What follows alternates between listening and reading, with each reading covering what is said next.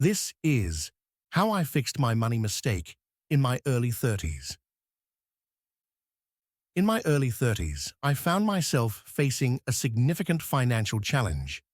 After spending most of my 20s enjoying life and not giving much thought to saving or investing, I realized I needed to make some serious changes. Here's how I turned things around. Recognizing the problem. My wake-up call came when I was applying for a mortgage and got rejected due to a low credit score and high debt-to-income ratio.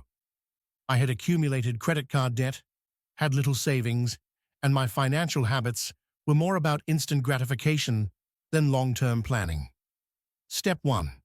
Assessing my financial situation. The first thing I did was take a hard look at my financial situation.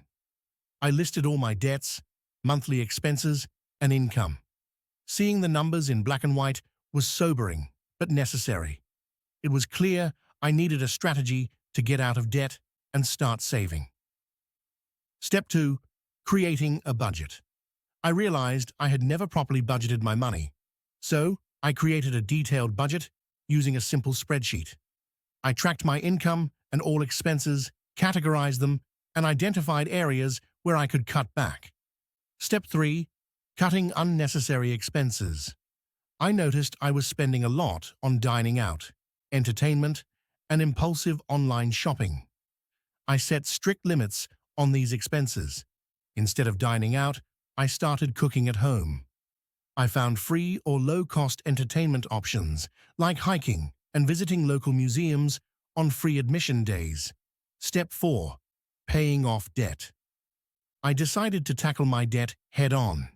I used the debt snowball method, where I paid off my smallest debt first while making minimum payments on the others. The sense of accomplishment from clearing out smaller debts motivated me to tackle the larger ones.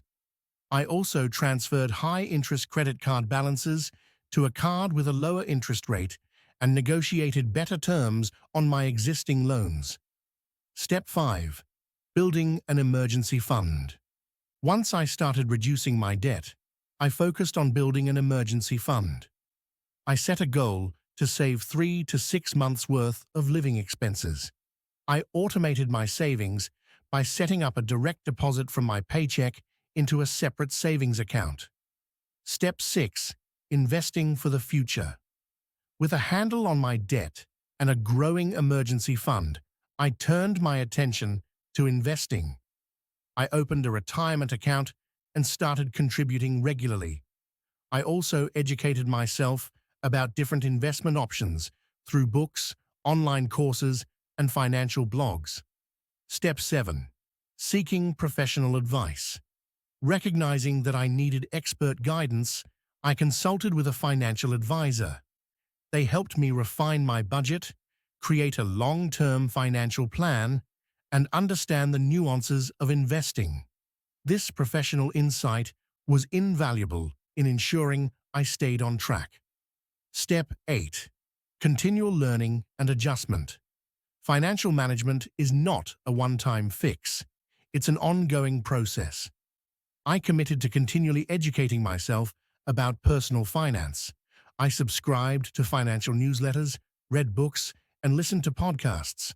I also regularly reviewed and adjusted my budget and financial goals to adapt to any changes in my income or expenses. The results. By making these changes, I transformed my financial situation. I paid off my debts, built a robust emergency fund, and started investing for the future.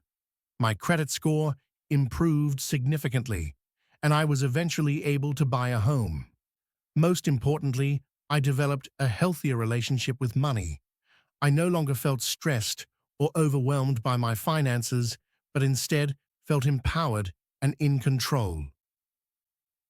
Final thoughts. Fixing my money mistakes in my early 30s was not easy, but it was one of the best decisions I've ever made.